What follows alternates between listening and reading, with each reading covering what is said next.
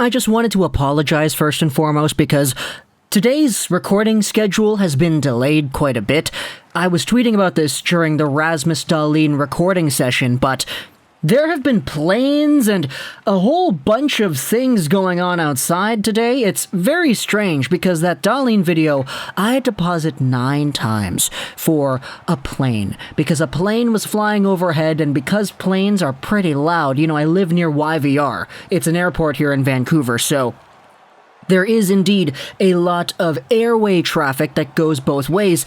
I had never had to stop a video 9 times because of planes, and because it's really loud, it interferes with the audio and it gets all frustrating for me because you can hear it in the background, and I really just don't like that. So I ended up making a whole bunch of cuts in that video, and now there's a garbage truck outside, so things have been really strange today. But either way, I'm just kind of swallowing my pride and just saying, alright, screw it. Let's make our video and upload it. Whatever happens in the background is going to happen, and it doesn't really matter at this point because I know most of you say that you don't really care about that stuff and that you can't hear it, but the thing is, for me, because I work with audio, because I do this every single day, because I've been doing this full-time for a number of years now, it gets so annoying just hearing the little clicks and hearing the of like the airplanes in the background. It's so bad. But either way, we're talking today about Brendan Gallagher and the Montreal Canadiens. I was initially going to make this video a bigger, more open look at the Montreal Canadiens as a whole, and try to decide who is going to be on their way out, who is going to stick around, who is going to stay, and all that stuff.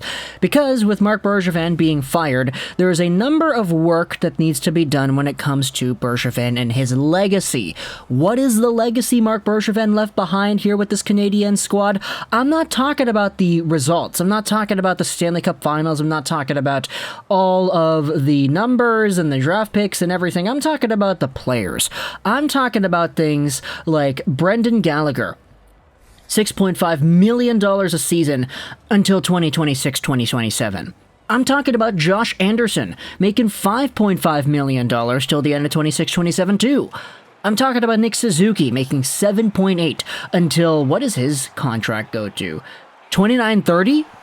And then you have Petrie, of course, 6.25 till 2024-2025. David Savard is making 3.5. My goodness, that guy's making $3.5 million till 25 as well. Not to mention all the other guys, Weber, Price, everybody is here. This is the legacy that Marc Bergevin has left behind in the long term. And when it comes to a quote-unquote R-word rebuild, if you want to say, in the words of Jeff Gorton himself, there may indeed be some changes when it comes to this long-term core for the Canadiens and who gets sent out, who gets moved, who sticks around, etc. There are so many names to talk about here, but we're focusing on one today: Brendan Gallagher.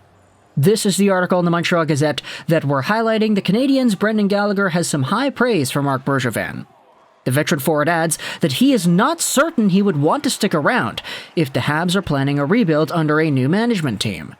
This is the quote that Gallagher had about Marc Bergevin. It's a very good one, it's a very long one, it's a very heartfelt and emotional one. First off, I know he released a statement saying thank you to just about everyone. But from my standpoint, he's a man I can't thank enough. I've been with him close to a decade. I came up my first year in the league. There's probably not a lot of GMs that would have wanted to keep an undersized 5th-round pick around that he really had no connection with. But he gave me a shot, and ever since then, he's always been someone that I was able to count on. Whether you're struggling on the ice, off the ice, he was someone you could have a real conversation with. He was somebody that no matter when he spoke or you spoke to him, he listened and he genuinely cared. His only goal, every single move he made for a decade, was to help us players have success on the ice and give us a chance to win, and that's something I can't thank him for enough. Gallagher summarizes the rest of the time that he has spent here with Bergevin at the helm: Stanley Cup Finals, 9.5 years, accomplishments, etc. There is indeed another part that I wanted to talk about when it comes to this interview, though, because when it comes to Bergevin, the biggest thing that Bergevin did for Gallagher, aside from, of course, keep him around and believe in the guy, was sign him to that $6.5 million AAV contract. Now, don't get me wrong, there are so many more quotes that Gallagher has about his love for Bergevin and what Bergevin means to him. The link is going to be in the description to this Montreal Gazette article if you want to go ahead and read everything. As the earlier paragraph in this piece suggests, Gallagher spent over 2 minutes just talking about Bergevin. But when it comes to the rebuild, Gallagher had a pretty interesting sentiment towards the entire idea. "This is my 10th season now," Gallagher said when asked about the possibility of a rebuild and whether he would want to be around for it. "I've always come in with the expectations to win. I felt like my teammates had the same goal. I felt like management had the same goal, and sometimes organizations go through those things. I guess those are conversations that would probably need to be had down the road. But for me, I play this game to win. It's really the only way I can enjoy it. You don't always have to win every game, but the most important thing I need to feel is like we're trying to win. I need to feel like it's important. If that's the decision they're going to want to make, the rebuilding decision, those are probably conversations that you have to have going forward, but for now, it's not really something I've put a lot of thought into. I still feel like this is an organization I love dearly, and that's probably not even being strong enough with it. I love this city, I love everything about it. It would definitely be a tough decision and, like I said, a conversation that you have to have. But I love being here, and that's first and foremost." So Gallagher is highlighting that he's been in the NHL for a long time, and that certainly is not up for debate. The guy made his debut all the way back in, 2012, 2013? This season, though, he's got 10 points, 23 games played. He certainly hasn't been bad, quote-unquote. I mean, everybody on the Canadiens has kind of taken a step back. Even Suzuki has gone on a pretty bad pointless streak in the past few games, but still, Gallagher is the heart and soul, gritty kind of energy winger you have on this team that can score 30 goals at his best, but when it comes to the future, Gallagher is making $6.5 million till 2027. He has a no-move clause and a no-trade clause that is modified. So this is a player that has all the cards in his hand. However, when it comes to the idea of a rebuild, he has highlighted his uncertainty as to whether or not that would be something he wants to go down. Meanwhile, today on TSN 690, we had ourselves Darren Dreger. He was asked if there would be takers for Brendan Gallagher's contract this year, and he said, yeah. I do believe there would be takers because of the character of the individual. It's not an easy move to make, though. If you're a contending team, the chances are you're a cap team. So what are the Canadiens taking back? Dreger said, what is the sweetener, perhaps, that has to be accepted? And sometimes that can be a tough contract coming back the other way, but it's a much shorter term, or even better yet, an expiring term, that Montreal has to get more creative and give up something they don't want to give up. And so, when it comes to Brendan Gallagher, I want you to tell me in the comment section below, do you trade this guy? It's a simple question, right? Gallagher is a very important hockey player. He's an important body in the room, and you would probably get some form of value should you trade that contract.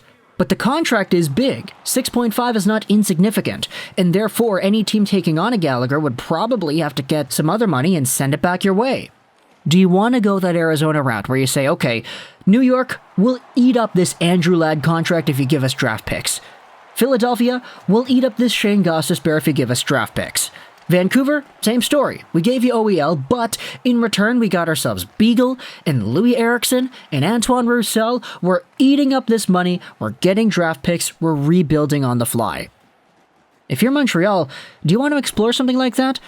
Not just because of the strategy of building in the draft and doing all this stuff under a new regime, you could probably assume that the drafting is probably going to get better, right? Because the drafting over Trevor Timmins, it was really bad. Yeah. Do you want to go down there and just in principle accomplish that type of rebuild? Secondly, is it even worth it trading a guy like Gallagher? You know what this guy means to the city. You know how much he loves the city. You know how much people here love this guy. Do you want to trade this guy for the sake of committing to that rebuild? Is that something you want to explore? Now, I know there's a lot of uncertainty amongst both sides. Some people would say, okay, it would really hurt to depart with a Brendan Gallagher, but for the greater good, for building for the future under a new regime, taking away the ghosts that Marc Bergevin has left behind in the Forum, we might need to trade a guy like this. There also may be the other people saying, okay, Gallagher is signed for such a long time here, why not just keep him around? Why not just stick out with him because he's a heart and soul guy, because we love him here, and because we know that he will give his all, no matter what the team goes through? But you also have to consider his own personal preferences as well. He said he doesn't want to be in a team that is not trying to go out there and not trying to win. well, he didn't actually say that, but that is a contrapositive. He said he wants to only play for a team that's going out there to win. Therefore, if you reverse both the variables, the opposite has to be true as well. If he wants to go out there on a team that wants to win, it means that he wouldn't want to go out there on a team that doesn't want to win, therefore a team that is rebuilding, right? So, talk to me in the comments. What do you think about Brendan Gallagher? Do you want to trade this guy? Not want to trade this guy? Keep this guy? Whatever. Let me know in the comments all your thoughts. I hope you enjoyed this video. Josh Wilson 99. I gotta go because the birds outside are really loud. I've had to pause this recording a few times because the seagulls, man, I didn't know these guys were too loud. And bye.